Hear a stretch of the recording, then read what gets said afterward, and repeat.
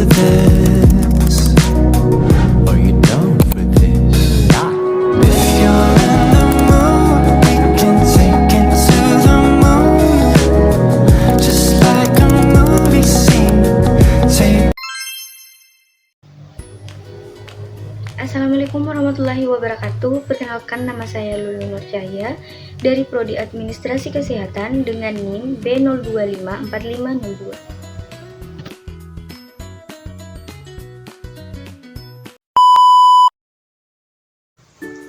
Menurut para ahli dan buku pengantar sosiologi dan psikologi, manusia adalah makhluk individu.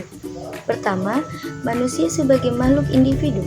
Manusia sebagai makhluk individu memiliki makna, yaitu manusia memiliki ciri khas dengan corak kepribadiannya sendiri. Sifat manusia sebagai makhluk individu merupakan sifat yang dimiliki sejak lahir, sebagaimana dikutip dari buku pengantar ilmu sosial Raja Wali Pers Dr. Ida Bagus Made Astawa, MSI. Meskipun memiliki saudara kembar, kepribadian seseorang individu dengan individu lainnya sangatlah berbeda. Orang yang terlahir kembar tidak akan memiliki ciri fisik dari ciri fisikis yang persis sama.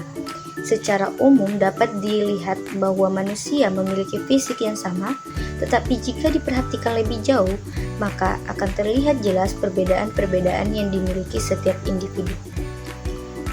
Sebagai makhluk individu, manusia memiliki kepribadian, kehendak, dan potensi yang unik.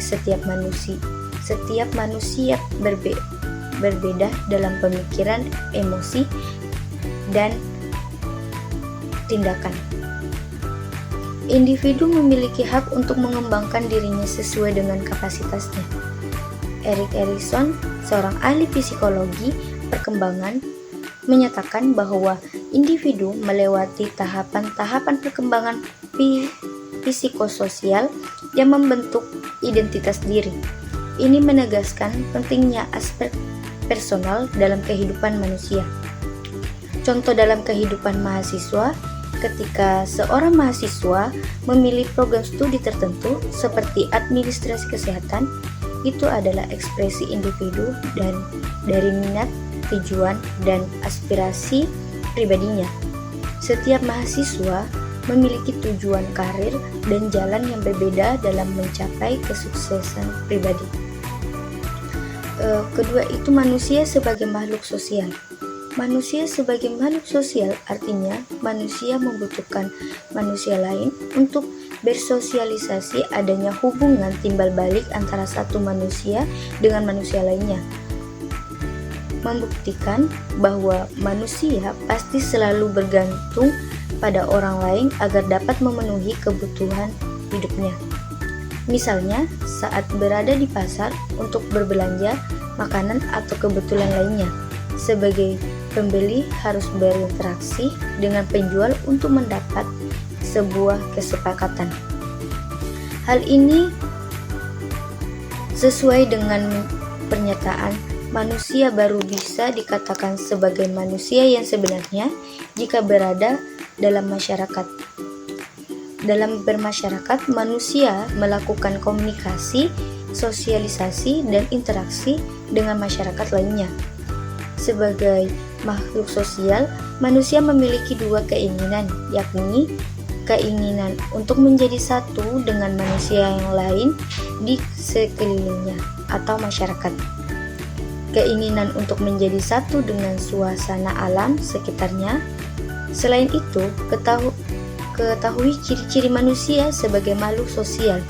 Manusia tidak dapat hidup sendiri. Manusia memiliki kebutuhan sosial atau social needs, yaitu berinteraksi dengan orang lain.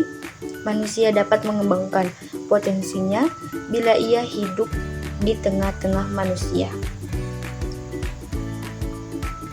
Menurut Aristoteles pernah mengatakan bahwa manusia adalah zoon politikon, yang berarti makhluk yang pada dasarnya membutuhkan kehidupan bersama atau sosial.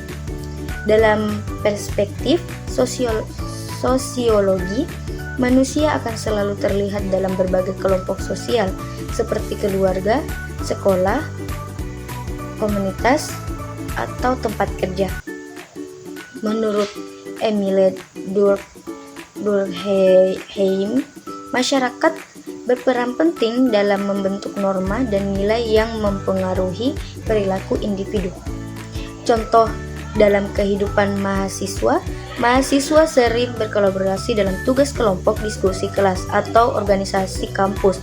Misalnya dalam sebuah kelompok studi mereka berbagi informasi, berdiskusi, dan saling membantu dan memahami materi kolaborasi. Ini merupakan bahwa manusia sebagai makhluk sosial saling bergantung untuk berkembang. Sekian dari saya. Assalamualaikum warahmatullahi wabarakatuh.